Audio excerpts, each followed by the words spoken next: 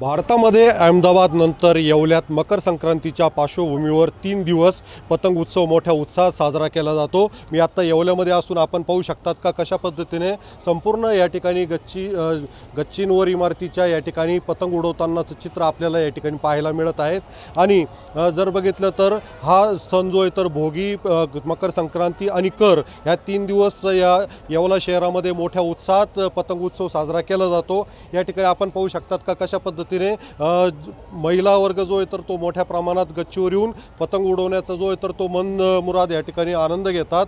आणि याच ठिकाणी डीजेच्या तालावर सुद्धा ते या ठिकाणी आपलं जे तर ते पतंग उडवताना या ठिकाणी नाचतात आणि 3 दिवस या ठिकाणी आनंद घेतात। आपल्यासोबत काही महिला आहे तर आपण त्यांच्याशी जाणून घेणार आहोत। मला हे सांगा ताई, तुम्ही या ठिकाणी पतंग उडवताय तर काय आनंद घेता, काय सांगाल?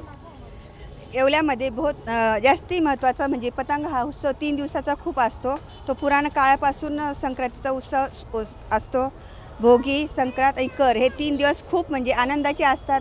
आम्ही सकाळी काम भराभर करून गच्चीवर सकाळपासून असतो, त्याचा आनंद घेतो।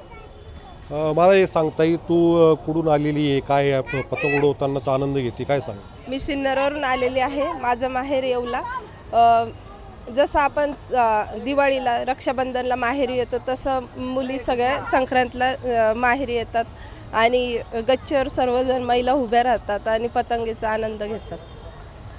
एकंदरीत पाहतात 3 दिवस हा पतंग उत्सव जो आहे तर तो मोठ्या उत्साहात साजरा केला जातो। करीच्या दिवशी या ठिकाणी ज्या पद्धतीने दिवाळीमध्ये फटाक्याची आतिषबाजी केली जाते त्याच पार्श्वभूमीवर या ठिकाणी आतिषबाजी जी तर ती जवळपास 1 ते 1.5 तास सुरू असते।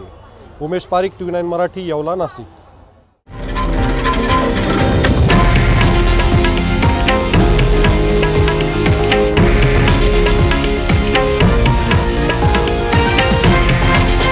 हे आहे देशातील नंबर 1 न्यूज नेटवर्क आणि आपण पाहत आहात TV9 मराठी, एकमेव।